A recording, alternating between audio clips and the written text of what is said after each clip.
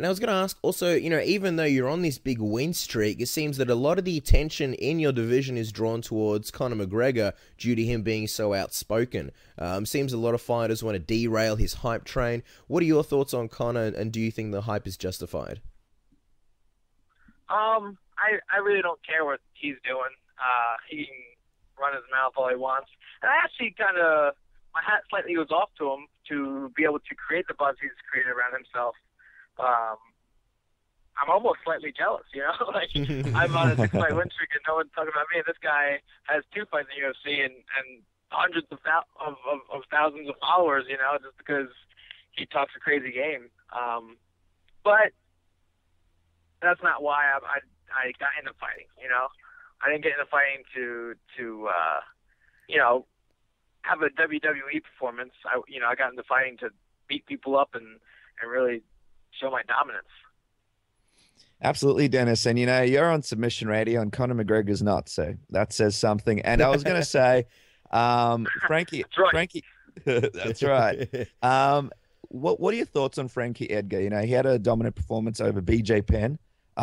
That's another potential great fight that you could possibly set up after this Clay Guida fight. Is he someone that you look at as a potential competitor? Yeah, for sure. Frank Edgar's a really tough guy. Established in the wrestling community. He's a good striker. So in the future, man, if I can get a win over him, if that were to go down for whether it was #1 contender or for the when I get the belt or whatever it may be, that'd definitely be cool because him holding at the lightweight belt for a little bit and being a lot of really good guys would be a real sweet notch under my belt. And obviously, Dennis, you're the type of guy where you don't talk a lot of trash. You're talking in the actual octagon. I spoke a bit about Conor McGregor before being, outspoken. But assuming you beat Clay, that'll make your 7th win in a row. Do you think that you'll get on the microphone and put on a bit of a performance and call out the champion, call out Jose or Chad Mendes?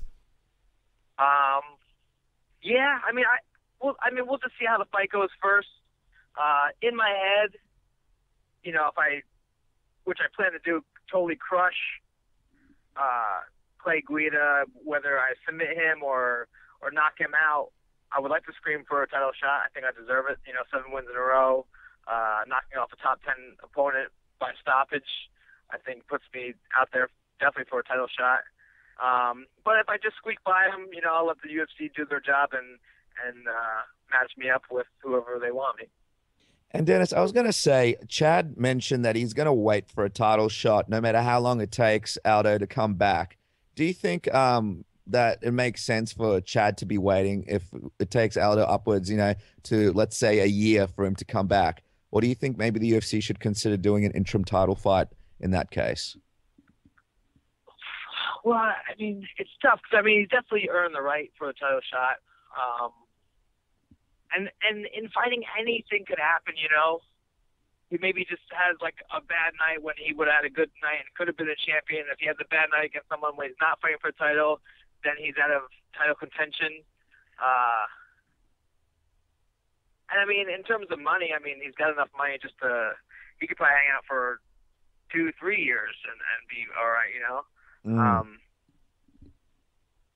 So I don't think it's about the money. I think it's about getting that title for him. I would agree. And not to get it too ahead of ourselves, but just, hypothetically, how do you see yourself stacking up against, like a Chad Mendes or a Jose Aldo, and who would you rather face? Who would I rather face? I think it was the Aldo, just because he's got that factor that he could get tired. He comes out super strong in the first and second, but you get him in the third, fourth, fifth round, and he's he goes from being the best fighter in the featherweight division to, I don't know, maybe the middle fighter of the division when he's super tired.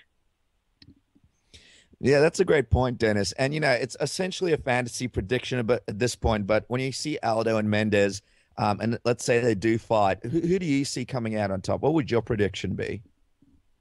I think Chad is going to win. I think sometimes being in the super spotlight, some guys crumble when they're there for the first time, and it's just a lot to take in. And then once you've been there and experienced it and some of that, I think it's you're used to it. I mean, that's one aspect. And since Jose Aldo and Chad Mendes fought before, Chad's also developed knockout power. He's been knocking a lot of guys out. So I think that's another thing to add to his vocabulary of moves in there,